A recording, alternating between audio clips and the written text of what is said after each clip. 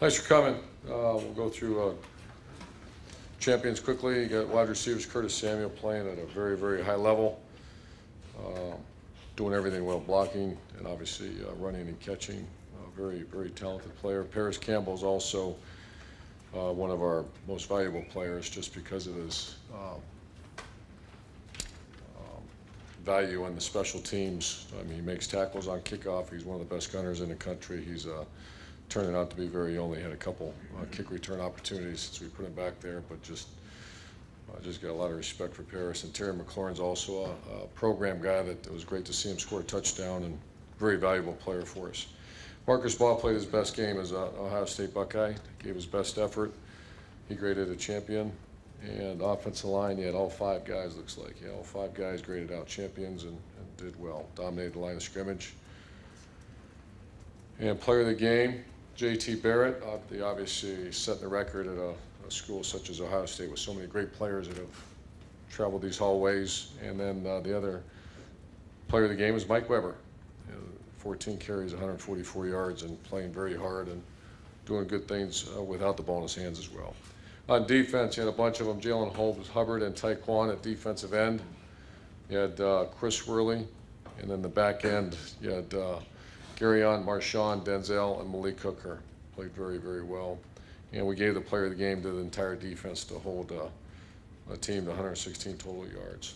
Special teams, I think I left it on my desk. Special teams. Damon Arnett. Thank you, Jerry. Damon Arnett did exceptional. Kickoff team answered the challenge. They took it all week now. They got it for a while or I guess 2 weeks since we lost. We gave up a big one to Oklahoma, so we worked real hard at it. And guys, Rashad Berry, Eric Glover, and Damon Arnett were outstanding. So I'll answer any questions for you. Start over here to the right, Clay.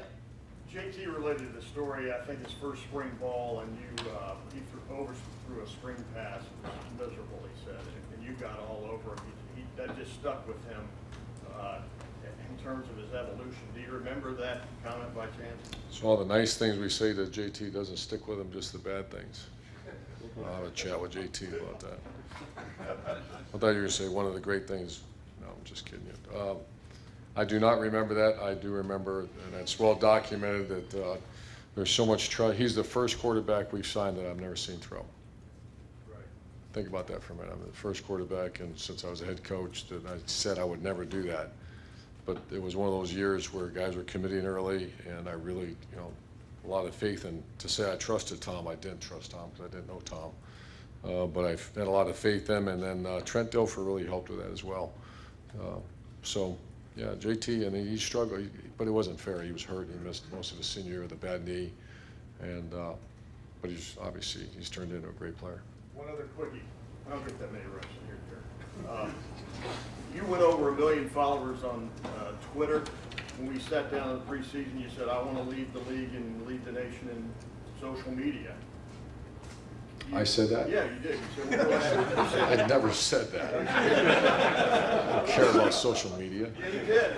You said, "We understand that Clemson is very good and we want to be better." Oh, it was a program. Sure. Yeah, I didn't say I want to. No, yes, absolutely. And I think, okay. You're absolutely true. And that's why we hired some people and we made that office what it is right now. What do you think of that platform to have 1 million people follow you? If it helps us sign a good player, that's great. If it doesn't, I don't care. Front row middle, Dave. You've said when it comes to leadership, Tim Tebow is the gold standard. I'm just curious, how close is JT Very close. to that level? Yeah, JT's in his own way is exactly on the same level as Tim, and those are two elite leaders. And there's some other guys that, but I mean, yeah, JT's certainly at that level. And then how'd you guys emerge from the game injury-wise?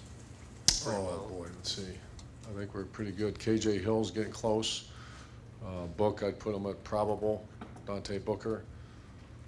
Obviously, you heard the injury about Demetrius Knox. I think that was before the Rutgers game. And he's out for several weeks. Other than that, I think we're good.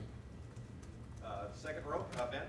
Irvin, you just listed a bunch of champions, and not just those guys, but the roster in general. Are you surprised how quickly some of these guys are picking it up this early into the season? I don't like the word surprise. That's really disrespectful, or, not realizing that we have talented guys.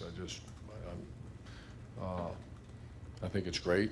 I'm excited to get out for another day of practice, because that's one thing about young players. There's such a ceiling that they have so much room for improvement. That Ben Victor played in that game. If you said 3 weeks ago Ben Victor's going to play, and he had a hard time lining up, didn't go hard, and kind of quit in the middle of plays. Now all of a sudden he's a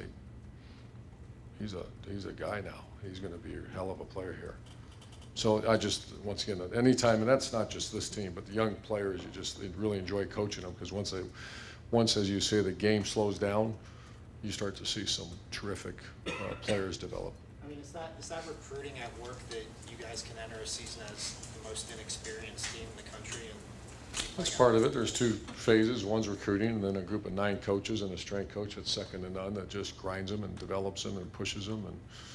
And the culture that within the units is a big thing that happens around here. So all the above, but obviously it starts with recruiting. Front row right, Austin. Irvin, when you look at Mike Weber, do you see more Carlos Hyde in him or more Zeke? More Carlos. Yeah. Why? Oh, he's a banger. He's a thumper, and he's a plus yardage guy most of the time, and Zeke was too. Doesn't have the top end that Zeke has. We're working on that, but he's and Carlos great back. I mean, we've been fortunate. I think Mike falls right in that category. That top end, you said you were going to tease him about that yesterday, getting caught on the one long run. How do you, is that just more time in the weight room? How would you improve something like that? Yeah, just keep working. Sometimes he's just not Zeke was a national level high hurdler in the 110s, and Mike's not. But Mike also has great feet, great power, and that's why I just compare a little bit more closer to Carlos Hyde. Front row right, Tim. Yeah, Irvin, when you look at your offensive line, Isaiah Prince in particular, has he made huge strides over the last several games? What have you seen from him? Huge strides, and just consistency. He's grown up. He's a great guy to be around. He's very mature now. Was very immature a year ago, and his growth and development. And I credit obviously our stud, but I also think Pat Elflein and Billy Price are pivotal in that kind of development of players. I'm sure you've watched Indiana, some video in Indiana, and you saw their video from the other night. As I said in the paper this morning, they suddenly have a D. What do you see?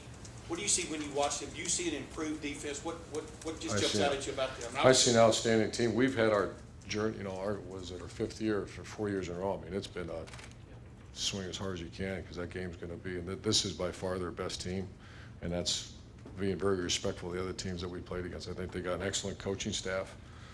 You can see some really positive, really good things on videotape, and they played their game Saturday. That was a great win for that program.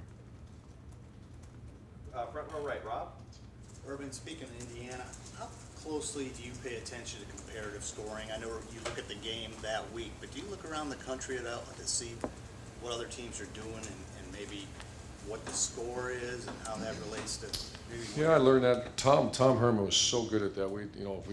If I see North Carolina, for example, I'll flip on their film and watch a couple series, and we have plenty of interns at GAs cut me up this Oklahoma State thing, and so we do explosive offenses. Tom would do that constantly. I'd come in and he'd be watching Oregon. He'd come in and I think it's called professional development. I challenge our coaches all the time now to do that. I do that, and you come up with some great ideas.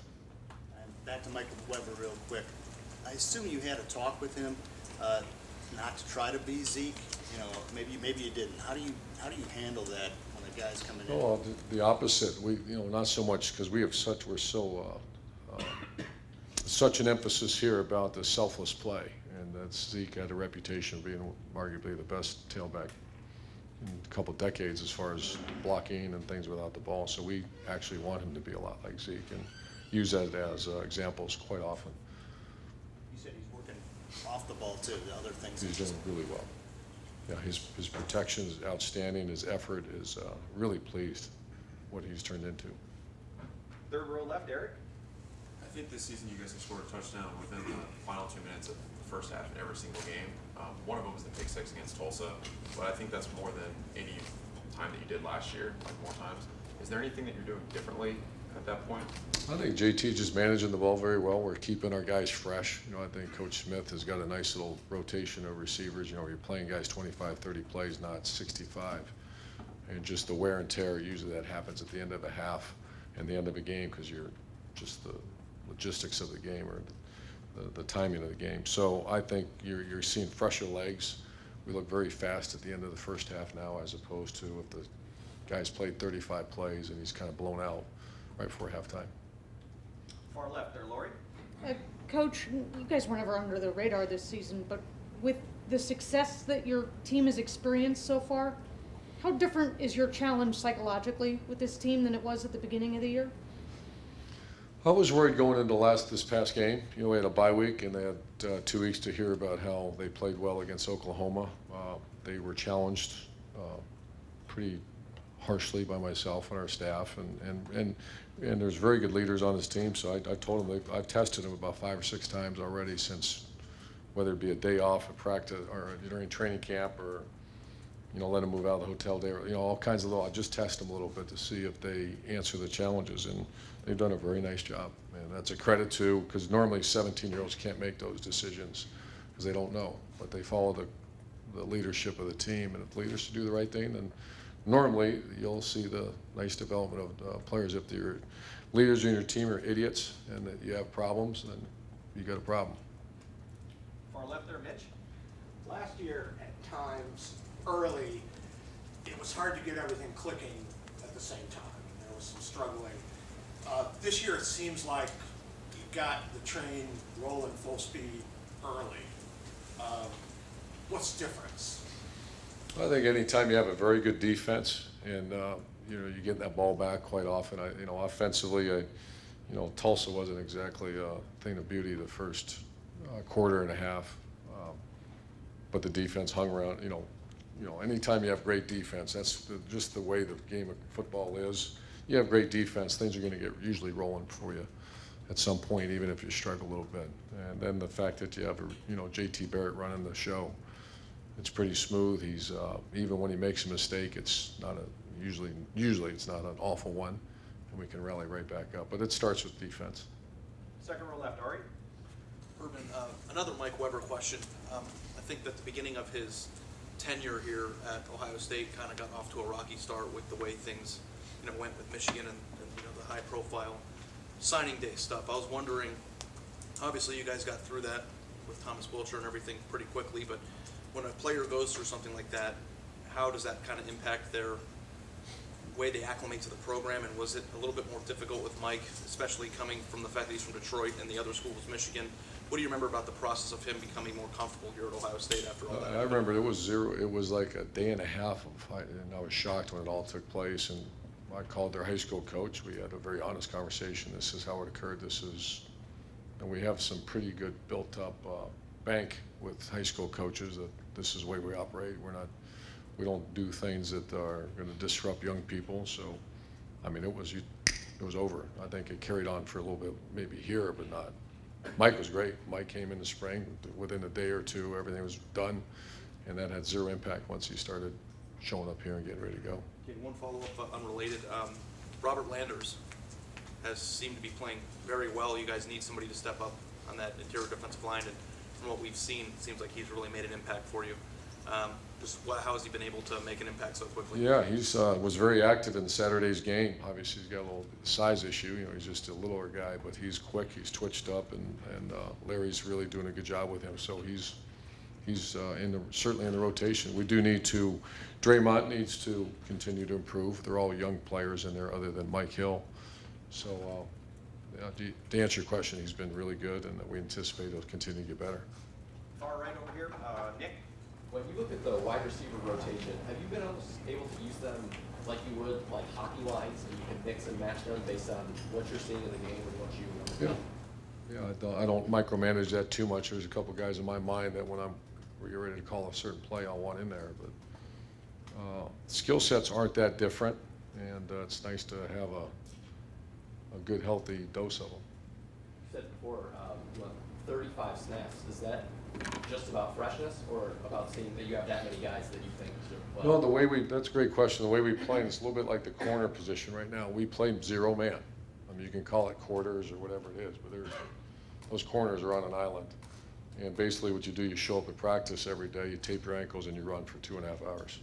In the game, what do? You simply go run for 2.5 hours, and the wear and tear on bodies. And so Kerry's been very good at, very diligent about the number of plays. I want to say our corners played 25 plays Saturday. I think we held them to 50-some plays, but okay, say it's 30 plays, that's fine. It's when you start getting the 80, 90s like we've had around here, because the backup's not very good or not prepared to step into that role yet. The drop-off significant, you can't take them out. And same with Joey Boat, you know, he played 85 plays. That's just the absolute wear and tear on you. So the rotation really helps.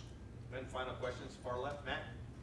I know you want to be balanced, you always talk about that, but when you're running the ball as well as you are, how much do you even, like, you know, Oklahoma game, you almost rushed for 300, you only threw for 150. Are you okay with that because you ran it so well? Sure. You know, how do you balance that with, you know, pass plays, rush plays, when you're running that Well, that's kind of my thing, and I'll even stare at our scoreboard and see that certain times of the game that we have to, because it'll come back. You can't say we're going to run the ball, because at some point we learned a lesson in that rainstorm last year against Michigan State. You can stop the run. We're going to face some teams that can stop the run. That doesn't mean you give up on it. That means you have to be balanced and make them pay the price if they're going to put everybody up there to stop the run. So there's no doubt that you have to be balanced, and I watch that very closely. Coach, thank you very much. Thank you. Which one is that? All right, folks, don't